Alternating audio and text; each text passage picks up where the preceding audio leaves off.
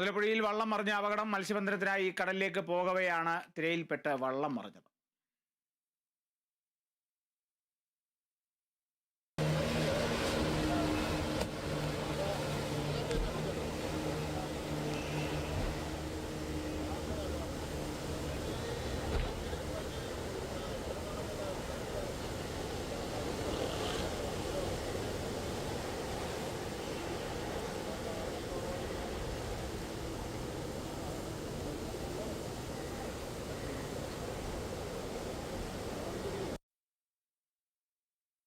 തിരുവനന്തപുരം മുതലപ്പുഴയിലാണ് വള്ളം മറിഞ്ഞ് ഇപ്പോൾ അപകടം സംഭവിച്ചിരിക്കുന്നത്. ശക്തമായ തിരയിൽപ്പെട്ടാണ് വള്ളം മറിഞ്ഞിരിക്കുന്നത് എന്ന് തന്നെ ദൃശ്യങ്ങളിൽ നിന്ന് തന്നെ നമുക്ക് വ്യക്തമാകുന്നു. അപകടത്തിൻ്റെ കൂടുതൽ വിശദാംശങ്ങൾ അല്പസമയത്തിനുള്ളിൽ സൂര്യഗായത്രി നമ്മളോടൊപ്പം പങ്കുവെക്കും.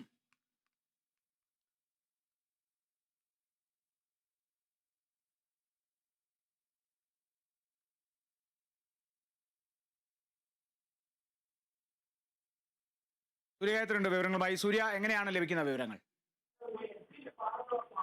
കാളിദാസ്, തുടർച്ചയായിട്ട് മുതലപ്പുഴയിൽ വള്ളങ്ങൾ മറിയുകയാണ്. പക്ഷേ ആരുടെയും ജീവൻ ഹാനി സംഭവിക്കുന്നില്ല എന്നുള്ളതാണ് ഈ അപകടവുമായി ബന്ധപ്പെട്ട ആശ്വാസകരമായിട്ടുള്ള ഒരു കാര്യം. ഇന്നും ഇപ്പോൾ മത്സ്യബന്ധനത്തിനായി കടലിലേക്ക് പോകവെയാണ് വള്ളം മറിഞ്ഞത്. വള്ളത്തിൽ 3 പേർ ഉണ്ടായിരുന്നു. പെരുമാതുറ സ്വദേശി ശ്യാം, റെജിമോൻ, നിയാസ് എന്നിവരാണ് ഉണ്ടായിരുന്നത്. ആർക്കും പരിക്കുകളില്ല എന്നുള്ളതാണ്. ഈ ഡ്രഡ്ജിംഗ് ആരംഭിക്കാൻ ഇനിയും വൈകും എന്നുള്ള വിവരമാണ് ലഭിക്കുന്നത്. ഈ മണൽ അടിഞ്ഞ് അഴിമുഖം മൂടിക്കിടക്കുന്നതിനാൽ ചെറിയ കാരിയർ വള്ളങ്ങൾ വഴിയാണ് മത്സ്യത്തൊഴിലാളികൾ ഇപ്പോൾ ഈ പൊഴിമുഖം കടക്കുന്നത്. കടലിനകത്തുള്ള ബോട്ടിൽ നിന്ന് തിരിച്ച് ഈ തീരത്തേക്കും അതുപോലെ തന്നെ തിരിച്ച് കടലിലേക്കും കാരിയർ വള്ളങ്ങൾ, ചെറു വള്ളങ്ങളിലൂടെയാണ് മത്സ്യത്തൊഴിലാളികൾ അങ്ങോട്ടും ഇങ്ങോട്ടും പോകുന്നത്. അപ്പോൾ ഈ ശക്തമായ തിര വരുന്ന സാഹചര്യങ്ങളിൽ ഈ വലിയ അപകടകരമായ രീതിയിലൂടെയാണ് ഇവർ വള്ളത്തിൽ പോകുന്നത്. അത് മറിഞ്ഞാണ് ഈ അപകടം ഉണ്ടാകുന്നത്. കഴിഞ്ഞ ദിവസം ഈ അടിഞ്ഞുകൂടിയ മണൽത്തിട്ടയിൽ തട്ടിയാണ് അപകടം ഉണ്ടായിരുന്നത്. അതും സാഹസികമായിട്ട് വള്ളത്തിലുണ്ടായിരുന്നവർ നീന്തി രക്ഷപ്പെടുകയായിരുന്നു.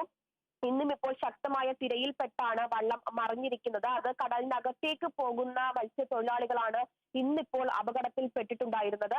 കണ്ണൂരിൽ നിന്നാണ് ഡ്രഡ്ജർ എത്തിച്ചത്. ഡ്രഡ്ജിംഗ് കാര്യക്ഷമമാക്കുന്നതിന് വേണ്ടിയുള്ള നടപടികൾ പുരോഗമിച്ചു വരുന്നതേ ഉള്ളൂ. ഇനിയും ഡ്രഡ്ജിംഗ് നടക്കുന്നതിന് കാലതാമസം ഉണ്ടാകും എന്നുള്ളതാണ് മത്സ്യത്തൊഴിലാളികൾ പറയുന്നത്.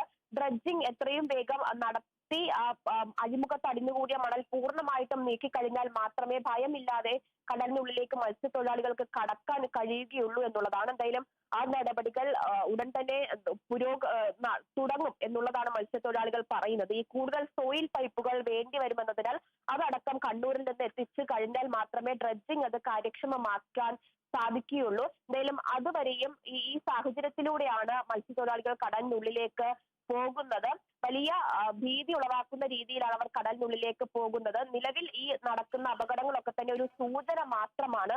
വലിയ അപകടങ്ങൾ, അത് മഴ ശക്തമാകുന്ന സാഹചര്യത്തിലൊക്കെ വലിയ തിരമാലകൾ ഉണ്ടാകാനുള്ള സാധ്യതയുണ്ട്. അതിലൊക്കെ വലിയ അപകടങ്ങൾ ഇനിയും ഉണ്ടാകാനുള്ള സാധ്യത മത്സ്യത്തൊഴിലാളികൾ പറയുന്നുണ്ട്. എന്തായാലും ഡ്രഡ്ജിംഗ് നടപടികൾ എത്രയും വേഗത്തിലാക്കുന്നതിന് വേണ്ടിയുള്ള നടപടികളാണ് ഇപ്പോൾ മുതലപ്പുഴയിൽ പുരോഗമിച്ചു വരുന്നത്.